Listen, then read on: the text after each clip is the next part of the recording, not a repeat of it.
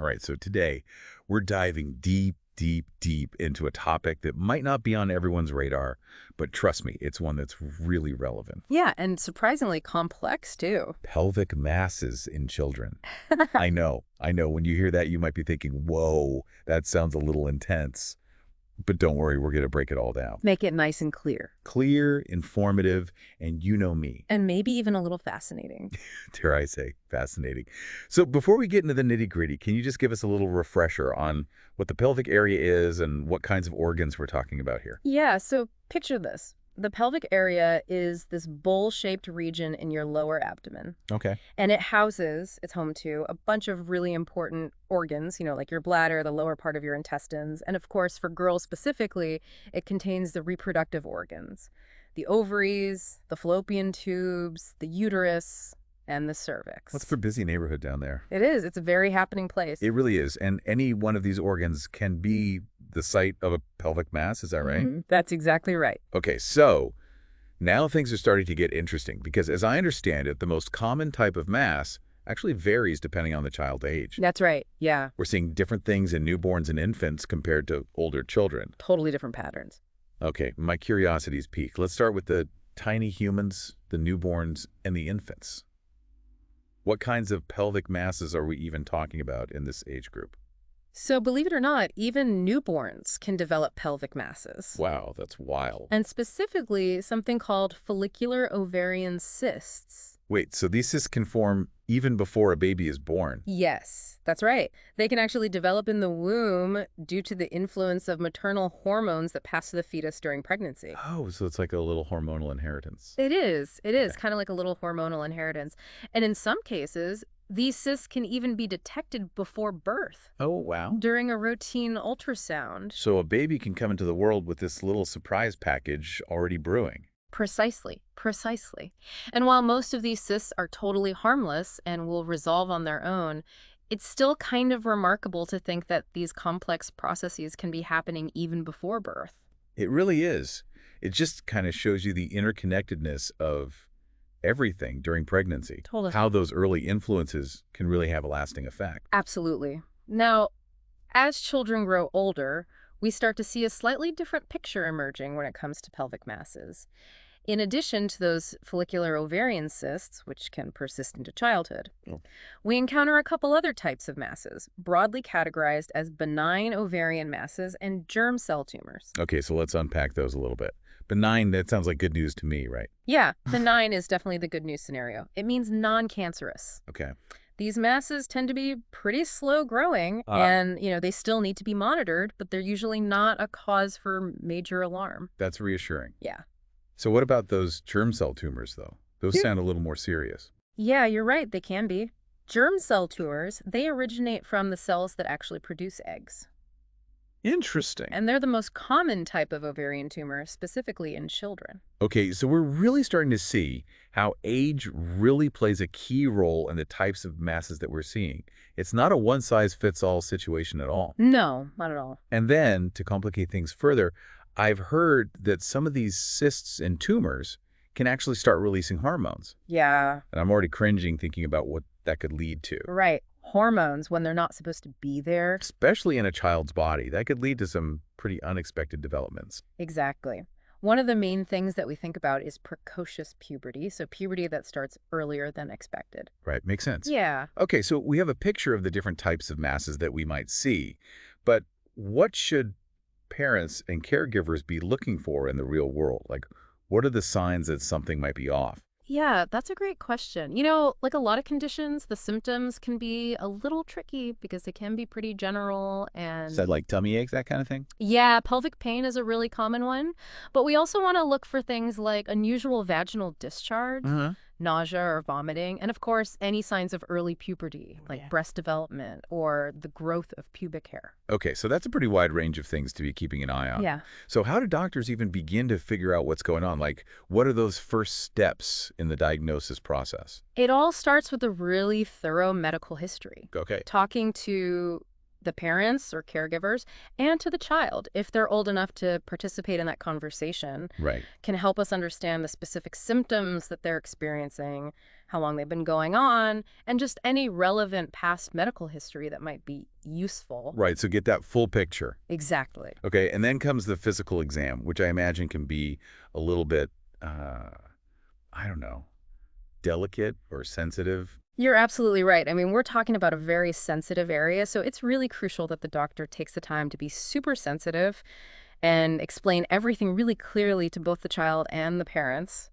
Building trust, making sure everyone feels comfortable throughout the entire process. I think that's so important, especially with kids, to Yeah. have a doctor who takes the time to build that rapport. Yeah. Makes all the difference in the world. Absolutely, absolutely. Now, beyond the physical exam, imaging tests play a huge role in diagnosing pelvic masses. Okay, And pelvic ultrasound is usually our first go-to. so is that similar to the ultrasound that's used during pregnancy? Exactly the same, just focused on a different area. Okay, And it's a safe, non-invasive way to get a visual of what's going on inside the pelvis. makes sense. And then, depending on what we see on the ultrasound, we might recommend some further imaging, Okay. like an MRI, to get a more detailed picture. Okay, so get the full picture, get all the details in order to guide the next steps. What else is in the doctor's toolkit to help with the diagnosis? Well, depending on the situation, we might order a few other tests, like a complete blood count, to check for any signs of infection or inflammation. We might analyze any vaginal discharge, or we might run some hormonal tests if we're seeing signs of early puberty. So it's a process of piecing together all these clues, all this information to get that clear picture. You got it. Okay, And once we have that clear picture, then we can start talking about treatment options. which brings us to the big question. What happens next? Finding a mass. I mean, that sounds scary. Yeah. Does it always mean surgery? That's a very common concern and a very natural one. Right. But thankfully, surgery isn't always necessary. In fact, a lot of benign ovarian cysts, especially those follicular cysts we were talking about earlier, those often resolve completely on their own Okay. with just some monitoring. That is really reassuring to hear. Yeah. So when would surgery actually be necessary? There are a few situations. If there's any suspicion of cancer, then surgery would be needed to both diagnose and potentially remove the tumor. Makes sense. Get it out of there. Exactly. And surgery would also be necessary if a mass is causing significant pain or discomfort, or if it's actually interfering with the normal function of the pelvic organs. Right. For example, if a mass is disrupting normal menstrual flow, then removing it surgically could help restore that function. So it's not just about the mass itself, but it's about the impact it's having on the child's overall health, Get that? their well-being. Exactly. It's about finding the best course of action for each individual child, taking all these factors into account. Okay, so we have covered a lot of ground here. We have. We've talked about the different types of pelvic masses, the symptoms, how doctors diagnose these conditions, and even touched on some treatment options. There's a lot to take in. It's a lot to take in, but I really think it's important for parents and caregivers to have this knowledge. Absolutely, I agree. Knowledge is power, especially when it comes to advocating for your child's health. Absolutely. Absolutely. Mhm. And speaking of knowledge, I want to leave everyone with a question to ponder before we wrap up this part of our deep dive. Yeah. We've talked about the current diagnostic tools and treatments, but what about the future? What advancements do you think are on the horizon for addressing pelvic masses in children? Ooh, that's a great question.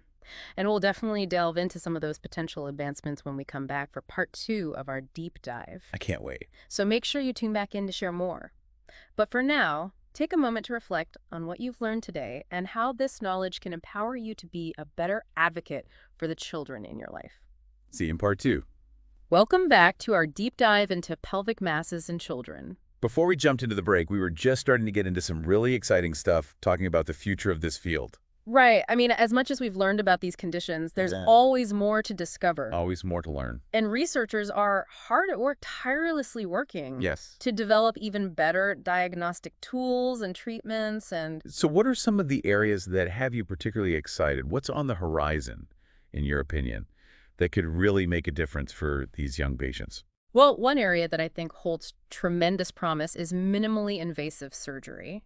Okay. Imagine, instead of these large incisions and long recovery times, Right. we can perform these procedures with just tiny incisions and specialized instruments. That sounds incredible. Right. Less trauma for these kids, Yeah. quicker healing. Exactly. What's not to love? Exactly. Minimally invasive techniques like laparoscopy are already being used in a lot of cases. Okay. And as technology continues to advance, we can expect even more refinements and even more applications of these techniques. So what else is cooking in the research labs? What other breakthroughs are maybe on the horizon? Another area that has me really excited is the development of more targeted therapies. Okay, and this is a term that we hear a lot these days, Yeah. but I'm not sure everyone fully understands what it means. Can you break it down for us? Sure. Targeted therapies are treatments that specifically zero in on the cancer cells, Go ahead. leaving healthy cells relatively unharmed. This is different from, in contrast to, traditional chemotherapy, which can have a lot of side effects because it attacks both cancerous and healthy cells. So less nausea, less hair loss, fewer of those debilitating side effects that could make cancer treatment so difficult. Exactly. Especially for kids. And it's not just about reducing side effects. Right. Targeted therapies can also be more effective at actually killing the cancer cells, Oh, wow. leading to better outcomes overall. So we're talking about a future where cancer treatment is not only more effective, Yeah. but it's also much gentler on these young patients. And I'm really optimistic about it, yeah. I love that. Yeah. That's amazing. And it's not just about treatment, right? There are exciting developments happening on the diagnostic front as well. For sure. I mean, remember how we were talking about pelvic ultrasound and MRI Yeah. as those main imaging tools? Well, researchers are working on ways to improve the resolution and sensitivity of these techniques. Yeah, they're working on it. So we're talking about clearer pictures, Yeah. easier to detect those masses, and maybe even catch them at an earlier stage. Yeah. Exactly. Which is huge when we're talking about outcomes. Yeah, and they're also exploring entirely new imaging techniques like molecular imaging, which uses these special tracers that bind to specific molecules in the body, Wow. allowing us to see and characterize those masses with even greater precision. So we're not just seeing the mass, we're actually understanding its nature at a much deeper level. That's the goal. That's incredible. Yeah. So earlier, more accurate diagnoses, we can tailor the treatment more effectively and hopefully improve outcomes even further. I hope so. It's all very promising. It sounds like the future holds a lot of hope for children facing these pelvic masses. I think so. It's inspiring, it really is. But you know, with all this focus on these really high-tech solutions, I want to talk about the human element for a second. Okay. How are doctors approaching the emotional and psychological needs of these young patients and their families? That is such a crucial aspect, and thankfully it's getting more attention than ever before. Yeah, because it's so much more than just treating the physical condition. Absolutely. We're recognizing now that a diagnosis of a pelvic mass, especially if it's cancerous, can be incredibly stressful for the child and their family. Of course. So there's a growing emphasis on providing really comprehensive psychosocial support. So what does that look like? So we're talking about counseling, support groups, and we even have child life specialists who can help explain medical procedures in age-appropriate ways. Oh, I love that. And just make that whole hospital experience a little bit less scary. Yeah, because it's a journey. It is. It's not just a single event. Exactly. And supporting the child's emotional well-being throughout that whole journey is just as crucial as treating the physical condition. So well said.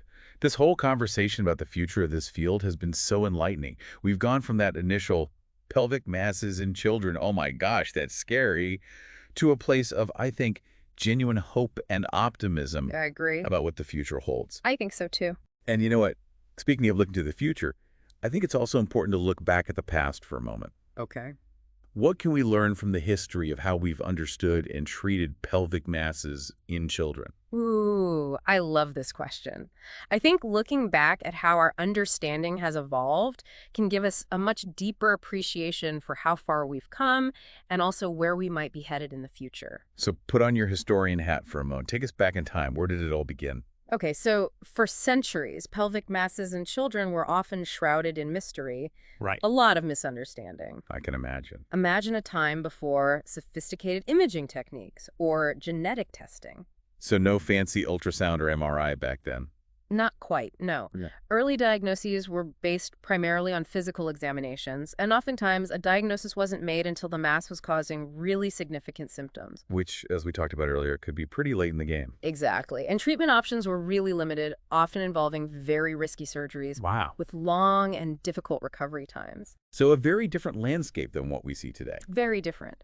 But over time, with advances in medical technology and research, our understanding of these conditions has grown tremendously. The development of imaging techniques like ultrasound and MRI Huge. completely revolutionized the way we diagnose pelvic masses, right? That's amazing. It allows us to actually see inside the body with this unprecedented clarity. It's incredible how these technologies have transformed medicine. Absolutely. And alongside imaging, the advances in surgical techniques have also made a huge difference. Right. Minimally invasive procedures have replaced many open surgeries, reducing the risks and improving the outcomes for these children. So we've seen a gradual shift from a place of limited knowledge Yeah, and high risk totally. to one of greater understanding and more effective and less invasive treatments. Exactly. And this progress continues today, with ongoing research continuing to push the boundaries of what we know, leading to even more sophisticated tools and treatment options. It's inspiring to see how far we've come and to imagine the possibilities that lie ahead. It is. So as we wrap up this little historical detour, Yeah. what are some of the key takeaways that you want listeners to keep in mind? Well, I think the most important takeaway is just to recognize how far we've come in our understanding and treatment of pelvic masses in children. Yeah. What was once this mysterious and often frightening diagnosis is now so much better understood and better managed thanks to those advances we were just talking about. It's such a powerful message of hope. It really is. It's a reminder that even in the face of really complex medical challenges, there's always a reason for hope and for optimism. Beautifully put. Now, before we move on to the final part of our deep dive, I want to leave everyone with another question to ponder.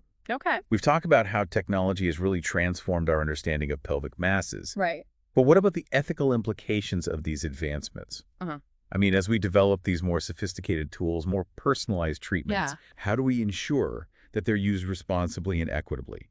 How do we balance those potential benefits with the potential risks? Ooh, those are excellent questions. They're big ones. They are. And ones that I think we need to tackle. Yes, we do. And ones that we'll definitely delve into when we come back for the final part of our deep dive. Stay tuned. Welcome back to the final part of our deep dive into pelvic masses in children.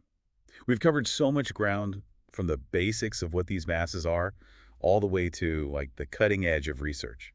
It's been quite a journey, and now as we stand at the edge of all these incredible advancements, I think it's more important than ever to consider those ethical dimensions. Exactly, because while we celebrate all these leaps forward in technology and treatment, we can't lose sight of like the potential ethical dilemmas. Right, absolutely. And I think one of the most pressing concerns is this idea of equitable access to these new advancements. As we develop these more sophisticated, more personalized treatments, how do we make sure that they're available to all children? Right, not just those who can afford it. Exactly.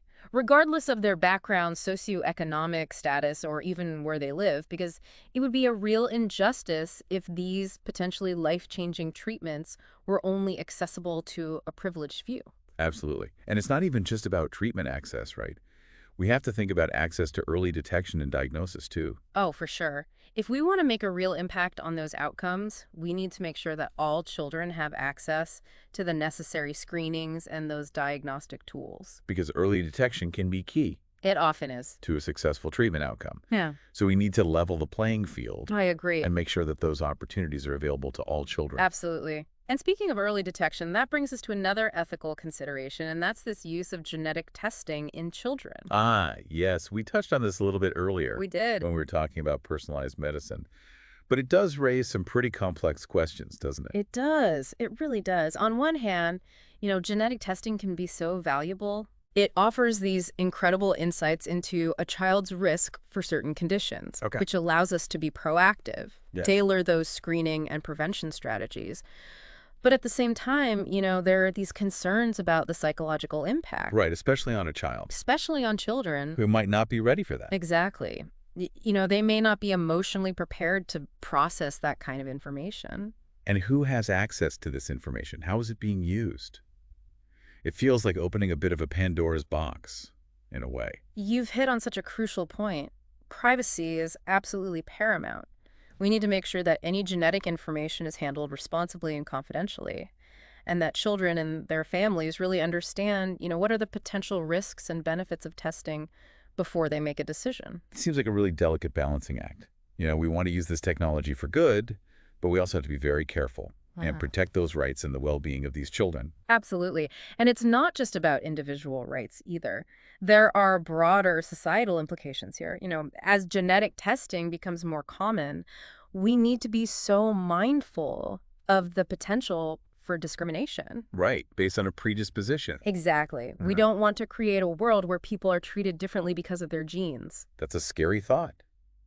We need to be very careful, very vigilant in making sure that these incredible advancements don't lead to these unintended negative consequences. Absolutely. These are such complex issues with no easy answers. Right. But it's so important that we have these conversations and approach these incredible advancements with, a thoughtful and ethical lens. It sounds like open communication is really going to be key as we navigate all of this. Absolutely. I think open and honest dialogue between doctors, patients, families, and even policymakers is so essential to make sure that these advancements are used responsibly and truly for the benefit of all children. It's all about transparency and collaboration. Yes. If we really want to harness the power of this technology, but mitigate those risks. Exactly. And it can't just be the experts. We need to listen to the voices of those families and empower them to make those informed decisions. That's what it's all about. Empowerment through knowledge. Yeah. And I think that's really what we've done here today. I hope so. We've explored so much, the intricacies of diagnosis, these cutting-edge treatment approaches, the ethical considerations, and of course, that promising future. It's been an insightful journey. It has. And I hope our listeners feel, more prepared, more knowledgeable to advocate for the children in their lives. I couldn't agree more. Knowledge is power. And by staying informed and engaged, we can all contribute to a brighter future. Well, thank you so much for joining me on this incredible deep dive. It's been an absolute pleasure learning from you and sharing these insights with our listeners. The pleasure has been all mine, truly. And until next time, stay curious, stay informed, and keep advocating. We'll see you on our next